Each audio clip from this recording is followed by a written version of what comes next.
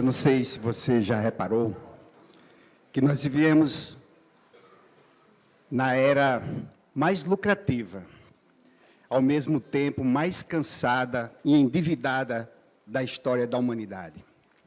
Uma era onde nos ensinaram a vender de tudo, a vender até a alma, a colocar o código de barra na nossa consciência. Vivemos uma era onde nos ensinaram a vender produtos, serviços, cursos, mentorias, palestras, felicidade instagramável, espiritualidade de prateleira. Aprendemos a vender de tudo. Aprendemos sobre funil, sobre gatilho, sobre urgência, sobre posicionamento, sobre copy, retenção, venda contínua. Nos ensinaram tudo. Nos ensinaram até a gente chantagear alguém do outro lado, dizendo assim: se você não apertar essa tecla, nos próximos 5 segundos, você vai perder a maior oportunidade da sua vida e nunca mais vai ter essa chance. Você acredita? Então, eu fico perguntando aqui a cada um de vocês: quem foi que nos ensinou a fazer a pergunta mais importante? Será que o que vendemos, será que quem compra nosso produto vai ganhar alguma coisa? Porque se o outro não ganhar, se a vida do outro não melhorar, o nosso lucro não é prosperidade. É apenas um saque na conta da nossa própria integridade. Nós vivemos uma era... Obrigado. Nós vivemos numa era onde, como eu disse a vocês, as pessoas, não é por falta de talento, de emprego, que nós estamos vivendo essa realidade. Às vezes, é uma mente brilhante sendo usado para fins pequenos. Muitas vezes, é uma inteligência brilhante sendo usada para extorquir o último centavo de um lead, sem saber que por trás daquele lead, por trás daquela tela, tem uma alma, tem um coração que bate. Tem uma dona de casa tentando fechar o orçamento no final do mês. Tem um pai de família endividado, procurando uma saída honrosa para o momento que está vivendo. Existe um jovem ansioso, depositando a esperança, a confiança dele na nossa palavra, na nossa promessa. Sabe, porque se a gente não acreditar que aquele lead tem uma alma, a gente pode vender de tudo a ele. A gente pode vender um procedimento sem necessidade. A gente pode vender um curso que não vai mudar em nada na vida dele. A gente pode vender uma falsa ideia para resolver uma dor de verdade. E o pior é que muitas vezes a gente vai à igreja, reza, comunga, sabe? A gente ora, a gente louva, a gente fala de família, a gente fala de valores. E eu queria perguntar a cada um de vocês: será que Deus vê a nossa intenção por trás da venda? Será que Ele está vendo isso? Será que nossa consciência está vendo? Porque vender não é o problema. Lucrar não é o problema quando você faz com honestidade. É um serviço que você presta à sociedade. Agora, quando você deixa que a sua ganância lhe segue, aí criou um problema muito sério. O maior problema, talvez, de nossa época, seja uma tese espiritual em que, como nós fazemos para continuar sendo honestos depois que a gente aprende a influenciar? Porque nos ensinaram a influenciar. Né? Como eu digo a vocês,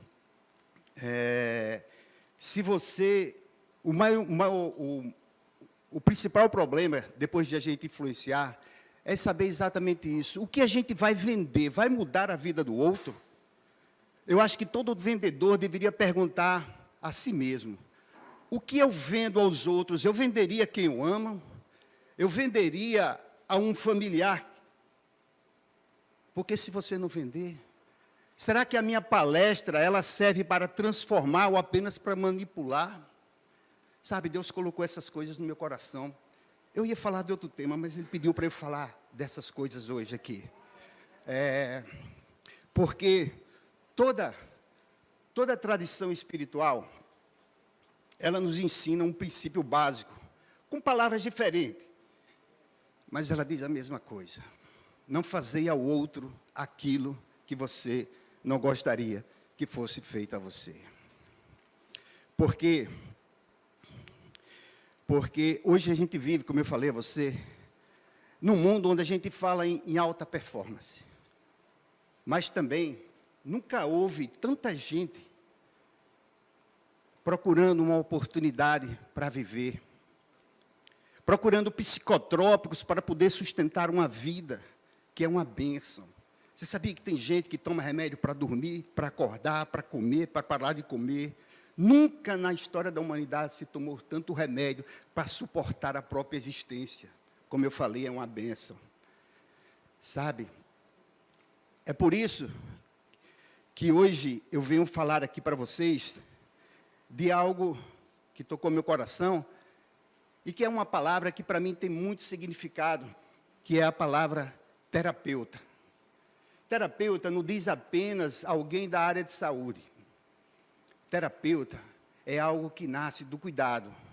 E o cuidado não é uma profissão, é um propósito diante da vida. Nunca na história da humanidade nós precisamos de tantos terapeutas. Advogados terapeutas, sabe, aquele que não procura apenas o lucro da vitória legal, mas aquele que procura a justiça que cura o conflito. A gente precisa de médicos terapeutas, sabe, diferente do médico que está preocupado em qual outro procedimento eu vou pedir, qual lucro eu vou ter diante daquele cidadão, daquela alma, sabe? Então, quando a gente fala em médicos terapeutas, eu também lembro o empresário terapeuta, o professor terapeuta. Existe uma diferença entre um professor terapeuta e um professor comum. O professor comum vai ensinar o que tem nos livros, o terapeuta é um mestre, que vai ensinando o que tem de dentro de cada um de vocês, de cada uma das crianças. A você ir abrindo as páginas do seu livro e encontrar com o autor principal, que é você mesmo. Um professor terapeuta é como um jardineiro que cuida do solo, prepara o solo fecundo e planta a semente e deixa cada flor crescer e ser o que ela é. Porque cada criança é um milagre suficiente para não ser comparado com mais ninguém.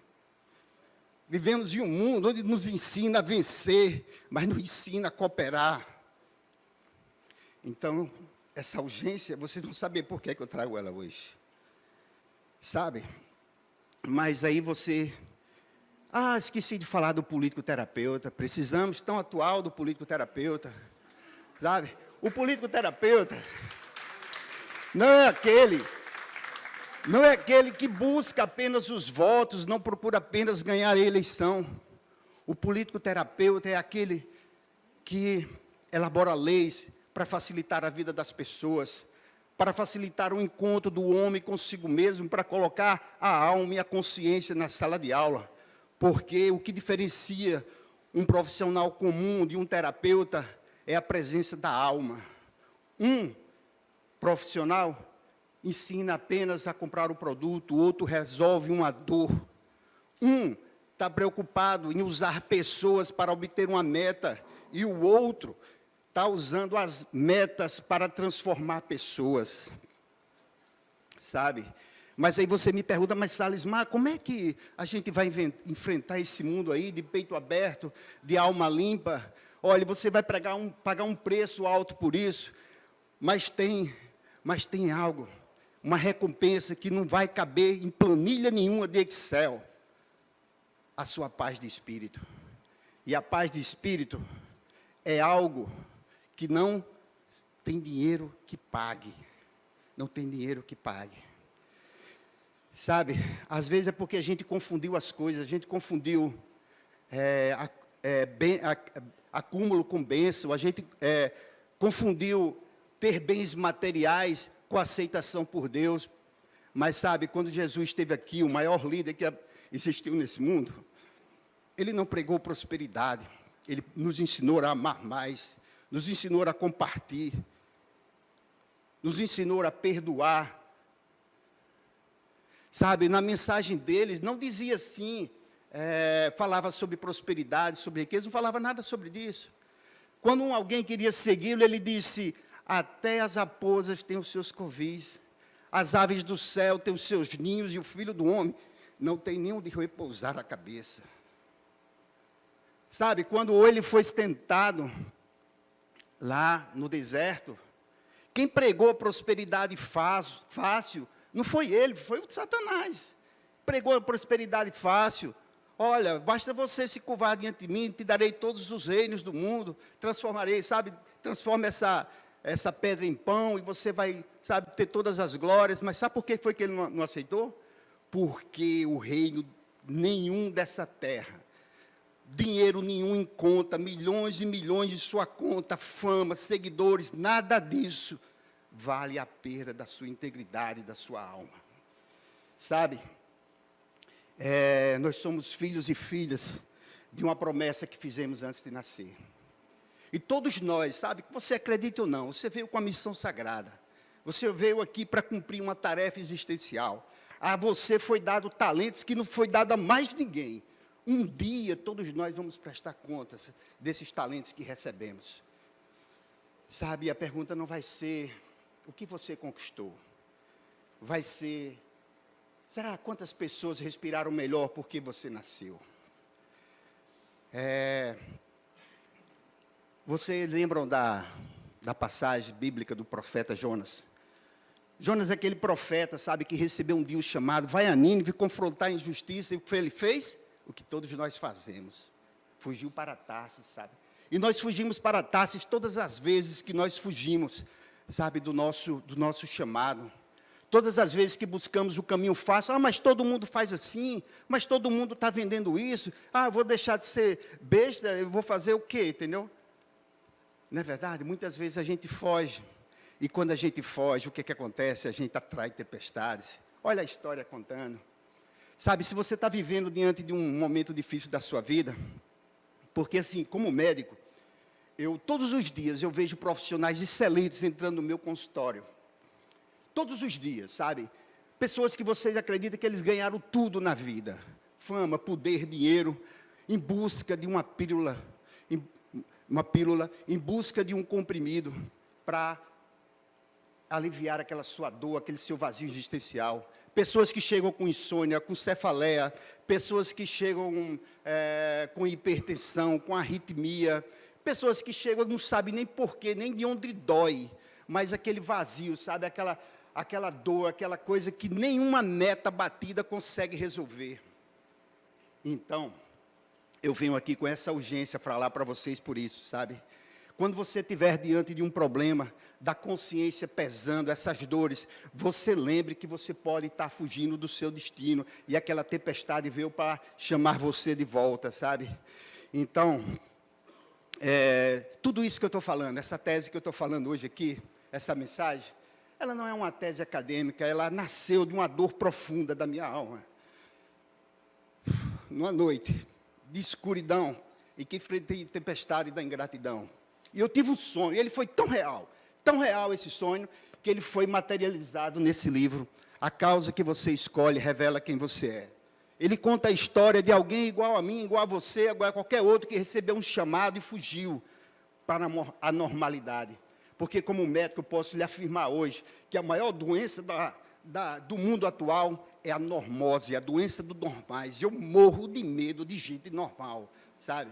Eu morro de medo de gente normal, que se adapta a esse mundo que está aí. É assim mesmo, todo mundo faz, por que eu não vou fazer? Vou deixar... Não, gente.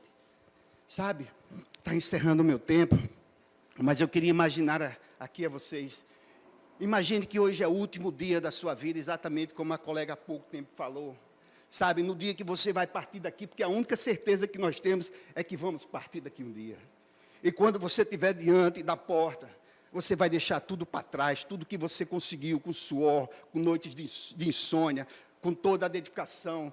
Você vai partir e vai levar apenas aquilo que você construiu dentro de você. O único que vamos levar, o único bem que vamos levar é o fruto das nossas doações.